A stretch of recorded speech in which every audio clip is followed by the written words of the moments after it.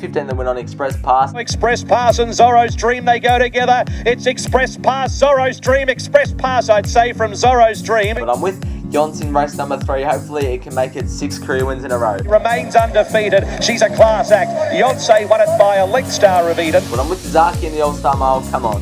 Zaki, a star, an all-star mile winner. Scored a length and a quarter. I'm with Gentleman Roy in race number 7. Gentleman Roy at the 50, holding Bermudez.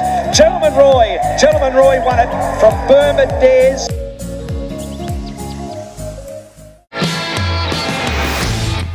Hello everyone and welcome to my Mornington Cup Day preview. It's going to be a cracker of a Saturday. I'm attending this meeting and I'm very excited, especially for the Mornington Cup. Let's get on with race number 1.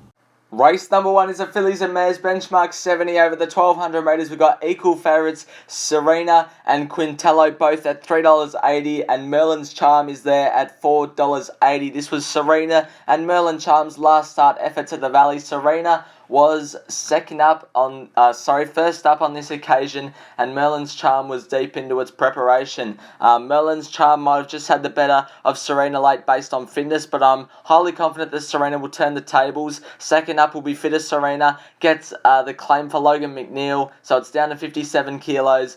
Is 1 from 1 at Mornington. I'm hoping it can go outside the leader here and just prove too strong in the end of it. I got Quintello in there for second, not doubting its form from last preparation. It's pretty good first up as well, so it's got a good chance for T.O. Nugent. Merlin's Charm in there for third, beats Serena last start, so I can't leave it out of my top 4. And La Roque needs to find its form, but if it can get back to its best, it can run a bit of a race. But I'm with Serena in race number 1 at Mornington. Let's start the day with a win. Race 2 is the 2-year-old Mornington Sires over the 1500 metres. Do It La is odds on, the $1.95 favourite for Blake McDougall, and Yaka Ishi is at $2.10. Do It La and Yaka Ishi both come out of the VRC Sires at Flemington on Newmarket Day 1 by Let's Roll the Dice. Yaka Ishi went to the front, Craig Williams set a very slow speed. Do It La was right next to it, but couldn't beat Yaka Ishi. I had major trouble splitting these two. I didn't know who to go. I ended up going Yaka Ishi because it's got the better price and probably the better gate to dictate terms again. But my strategy doesn't involve these two horses. I'm going each way on Highland Harley. Has shown absolutely nothing in its form to date, but it's got a sharp rise in distance and it's got the blinkers on for the first time. I'm hoping that can sharpen it up, and it ran 5 lengths off Brereton in the Maribyrnong Plate last prep, so it can't totally be bad. I've got that 3 each way, and Skyfierce first up for Brett Preble can run a bit of a race. Yaka Ishi on top, Highland Harley each way bet.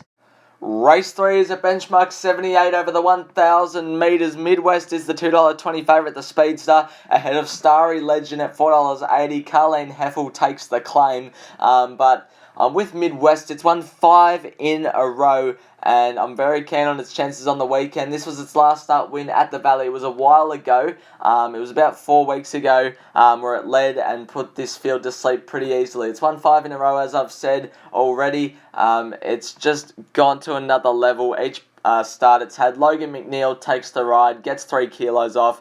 Gate 10 should go to the front. $2.20 seems about its right price, but I think it'll be winning, and I've got it on top. Starry Legend, I don't think can beat Midwest first up, but it can definitely run second. I've got it in there for second, as you can see. Gold Spark, I think, is over the odds at $19. It deserves to be shorter. Race McLeod, Gate 8 can run well, and Destination first up. Damien Oliver takes the ride for Godolphin.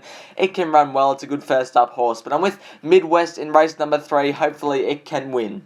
Race 4 is a benchmark 78 over the 1,200 metres. First up for Jai McNeil, Jump the Broom is the $3 favourite ahead of Invincible Jet at $5.50 and $6 for Evening Glory. This was a recent jump out at Flemington of Jump the Broom, where it went to the line under a light hold but did it very, very well. Jump the Broom has had 3 career starts for 3 wins. It's won a maiden beating Too Much to Bear at Geelong. That's a good horse. It won at the Valley by 3.5 lengths, and then it went to Canterbury on a heavy 10 and won a fillies and mares benchmark 72 quite well. This horse has never been on a good track, so don't know how it'll handle it, but I reckon it should go okay. It's the best horse in the field, or it's got the most potential anyway, and I reckon from gate 3 it'll get a nice run and should take a bit of beating. 25 the win on Jump the Broom. Invincible Jet in for second will go to the front and give itself every chance. Evening Glory gate 2 is absolutely terrible. It'll face a train wreck, but Damien Thornton can steer it in the right direction, and La Vina first up can run a race. But I'm with Jump the Broom in race number 4. Let's get another winner. Race 5 is a benchmark 84 over the 2,000 metres. The favourite is Russo at $3.20. Agnelli is at $5. And Divine Diosa is there at $6.50. This was a last start effort at Sandown Hillside of Upswing, winning in a benchmark 78, beating Irish Butterfly by half a length. Mick D took the ride here. Mick D takes the ride on the weekend. This horse is at a bit of a price that I think is over the odds. From gate 7 should be getting to midfield or so. And I think it can make a consecutive wins here. I think it's quite over the odds when there's in a race where there doesn't look to be one clear standout. With Upswing at $8.50. Russo in there for second. Damien Oliver jumps back on this horse where he won impressively 3 starts ago at the Valley. It can win. Gate 8 will go to the front, can do well. Whitecliff gets Jar McNeil back on. That's a plus. It can settle in a good position and run well. And Agnelli, Brett Preble, good gate 4 can win. But I'm with Upswing in race number 5 at a bit of a price. Hopefully it can win. Race 6 is the Mornington Cup, a listed race over the 2,400 metres, and Pondus is the $2.60 favourite, just ahead of Crystal Pegasus at $2.70 and Sacramento at $6. This was a last start effort of Crystal Pegasus at Flemington and the Roy Higgins, where it put this field away pretty easily, beating Tiger. I had major difficulty splitting Crystal Pegasus and Pondus. I think it's a race in 2. They're both very good chances. Crystal Pegasus loses a tactical advantage from Pondus. Pondus has a tactical advantage over Crystal Pegasus. Crystal Pegasus will be getting back to near last, but I think down the side can really start building momentum and can hopefully run past them all. Sacramento, being a Gay Waterhouse and Adrian Bott horse, should set a solid speed up front, so it'll probably suit Pondus, but I'm with Crystal Pegasus. If for some whatever reason it's a sit and sprint, I reckon it's out of Crystal Pegasus and Defibrillate and Sacramento. But I've got Pondus in there for a second. Great winner last week. Gate 3, Mick Day ticks a lot of boxes. Sacramento will give itself every chance on pace, and Defibrillate's a good horse. But I'm with Crystal Pegasus in the Mornington Cup. Race 7 is the listed Hariba Stakes over the 1,200 metres. The Astrologist up the top is the $3.70 favourite. Great run in the Newmarket last start. Superium is the $4.80 second favourite. But this was a recent trial of Signore Fox. Now, I'm not judging anything off trials, but it went to the line very nicely here. It hasn't won since the start of 2021, but Damien Oliver, gate 5, has to carry a bit of weight, but will settle midfield, and I reckon when it gets out at the top of the straight, it can beat this field. I reckon first up is right up its alley. It won first up 2 preps ago, I think, in a good race at Rose Hill with J-Mac on board, so I reckon Signore Fox is the way to go here. If for some whatever reason it gets scratched, Lomax Accountus my tip. Gate 11 bit sticky, but John McNeil goes on and he can steer it in the right direction. The Astrologist, no knock. It's got to carry the big weight, however, and it's drawn gate 2. It might get stuck, you never know. Maritana deserves to be tested at this level and can take the rise up. Signore Fox for me. Race 8 is the Mornington Guineas for the 3-year-olds over the 1,600 metres. My best bet of the day comes up in this race. British Columbia is at $8 and the favourite is Ancient Girl at $2.50. This was Ancient Girl's last start win in the Morphettville Guineas, where it absolutely annihilated this field with Jamie Carr on board. John McNeil goes on because Jamie Carr's in Sydney.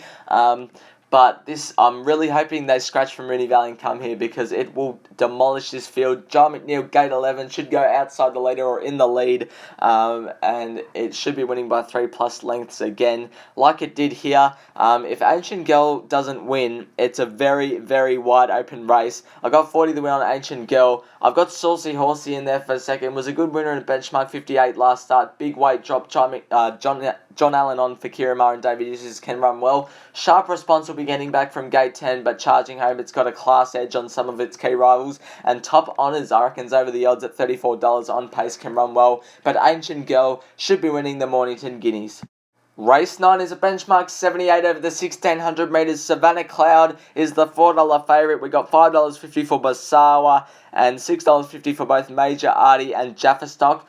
This was Jaffa-Stock's last start effort at Sandown. This was in a benchmark 70 over 1600 metres. Inverell was the odds-on favourite, and you can see it just dying on its run there. So Jaffa-Stock's won 2 in a row now. It's building a nice picket fence. Brett Preble goes on the weekend. Gate 5 is drawn for a good run. I reckon this horse can make it 3 in a row. It's in form. Had to go back to the inside, but did this very easily at Sandown, betting Netanyahu. So I reckon Jaffa-Stock can do it again. 15 the win on it, 10 the win on Trocity.